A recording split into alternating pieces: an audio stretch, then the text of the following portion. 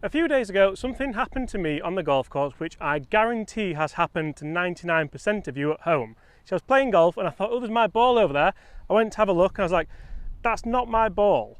That's definitely not my £4.99 ball. So I thought, just how much worse can this perform than an actual Titleist Pro V1? And then I thought, why don't we just find out? I have no idea how long it was sat out on the golf course for. We're testing it inside in the studio to see just how much performance you may lose if you do use one of these, and out here on the golf course to see exactly what we can shoot on the closing holes at Woolly Park Golf Club. Guys, smash that subscribe button and let me know, what do you think is going to happen with the refurbished Pro V1? It could be anything. We're going to cut it open at the end as well, so stay tuned for that. Right, we're going to start off quite attacking and we are going to go refurb ball first. We're going to go driver. Guys, we're going to see, is it worth using one of these balls or should you throw it back into the woods? You might find out after this shot. Is it still round? Is the core still centered? Does it still work? Oh, that'll do nicely. It's a little bit left, but not bad at all.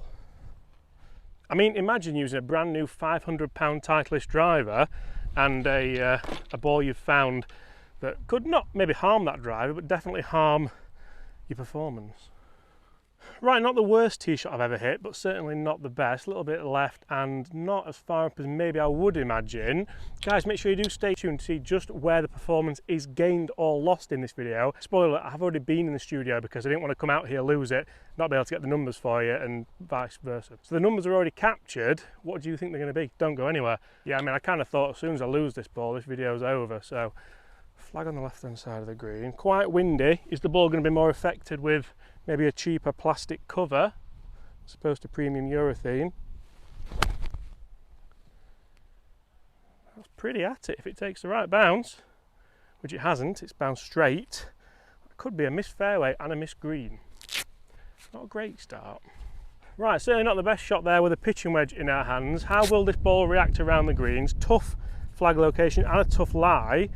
Guys, after this hole we're going to talk about what makes this ball feel so different and look so different than when you're spending your big money. I've played that nicely, to be fair. I'll take that all day. You see, I'm not here to tell you whether these balls are good or bad, but I'm here to tell you if they're good value for money. I mean, for me,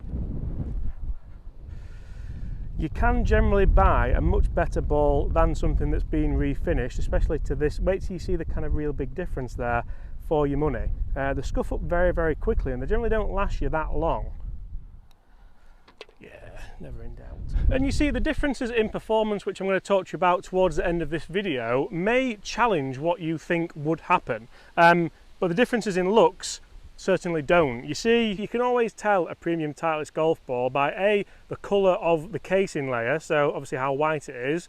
Guys, comment below which one is the fake one and which one is the real one. I guess you can probably tell that. And also the fineness of the text, so you can see as well there's a big difference in the quality of that text. And I'm not sure, did you get it right by the way? I'm not sure that is still overly round. Doesn't look it, does it? So let's continue. I hate this tee shot.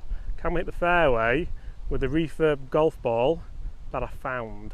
We are into the teeth of the wind here, and one of the things I love about a Titleist golf ball is you do get that versatility with it. You can play it up, you can play it down, depending on the conditions because of its three-piece construction and its urethane cover. This one that's lost its white, I'm not overly sure. Right, I'm going to try not to lose this because I'm desperate to show you what's inside it and show me what's inside it as well. Can we play a little stinger? Yeah, that's not exactly low and it's still a little bit left, but it's safe. So the video continues. So luckily enough we have finished short of the hazard. Maybe a proper ball would have gone a bit further into the hazard, who knows? Maybe a proper ball wouldn't have veered so far off line.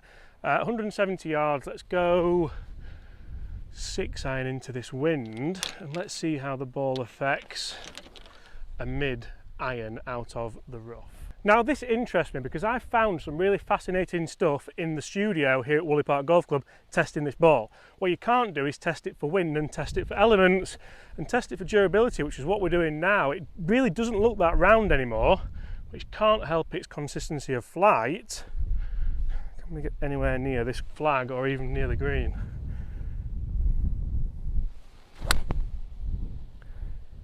See, that is turning so much, it's actually helping me, but certainly not something which I planned to do. And that's dropped a long way short. Can I just tell you all how buzzing I am that I've not lost this ball yet? Isn't it funny when you really can't lose a golf ball? Imagine if someone said, play 18 holes of a golf ball, I'll give you £1 million if you don't lose it. Oh, I don't even know what club I'd hit. Comment below, what club would you hit? I honestly thought that was helping me, and then yeah, it just came up way short and took a horrible bounce off this lip. What's it like out of bunkers, you ask? I'm here to tell you. I imagine this might rip up a little bit.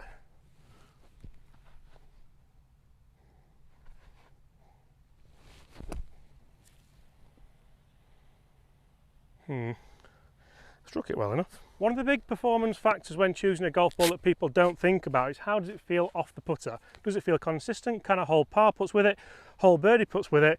Or even more importantly than that, can I get a good distance control with it because it's a consistent ball that I'm used to? Right, this is looking less and less round the further and further we go. Really isn't going to help it with putting. Turn. Turn. Oh, he stayed there. That felt nothing like a Pro V1 I've ever played in my life. Putting it out there, nothing like. Is it even a three-piece ball? Stay tuned to the end of this video and find out. Snip, snip. Is it the same inside? Right, okay. I have been teasing you with numbers for ages. So guys, let's take a look at the numbers for wedges and irons using the refurbished Titleist Pro V1-ish, if that's what we can call it. Then come back here, let's see if we can try and rescue a level par round. Let's see if we can birdie this final hole. And don't go anywhere because we're going to snip it open and see if it really is even a Pro V1 inside, or a Callaway, or a Top Flight, or a Slazenger. It really could be anything because nobody knows. Don't go anywhere.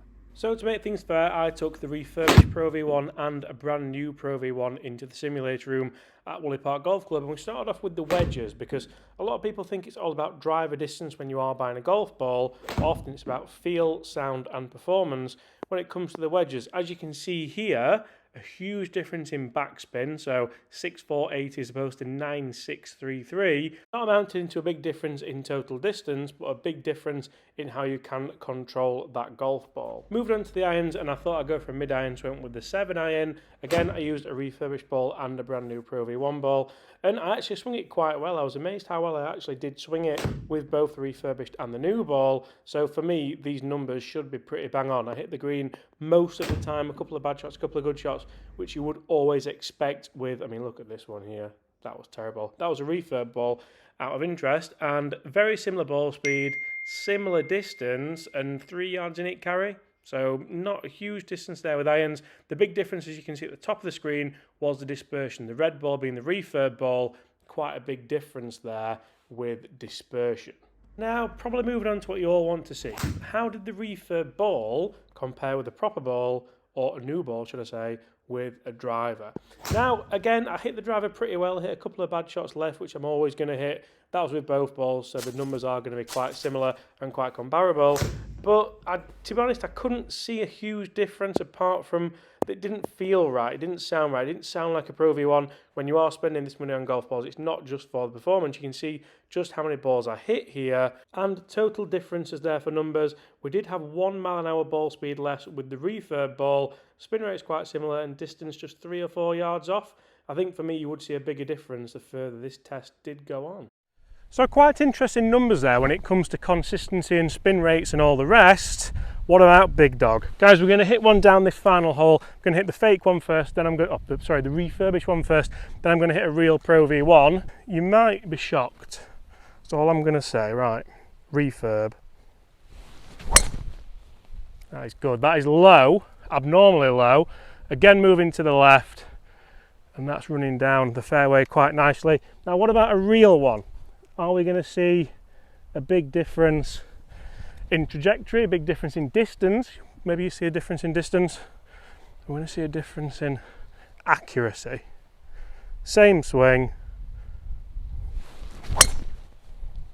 Now straight away, that felt more powerful and it's gone higher. Is there going to be a difference in distance when we get down there?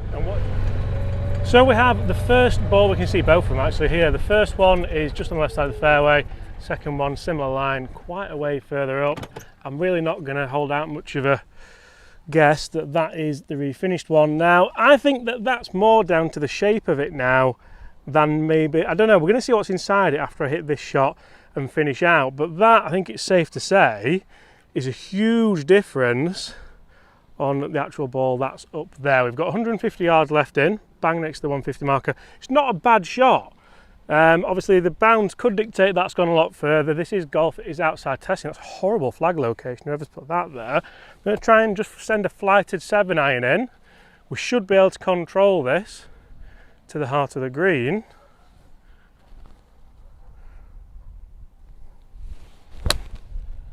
That felt like the ball's died. It felt like the cover wasn't on the end of it. It's not done too bad, it's crept up. It's actually done really well. That's going to be close. Go on. That, guys, I'm going to replay that sound, hopefully you could hear it. It felt like the cover almost hit the core of the ball. Not ideal, but we've not lost it. The only thing I was praying there was don't shank it in the trees and then not be able to show you guys what's inside. Luckily, I didn't do that. Stay tuned.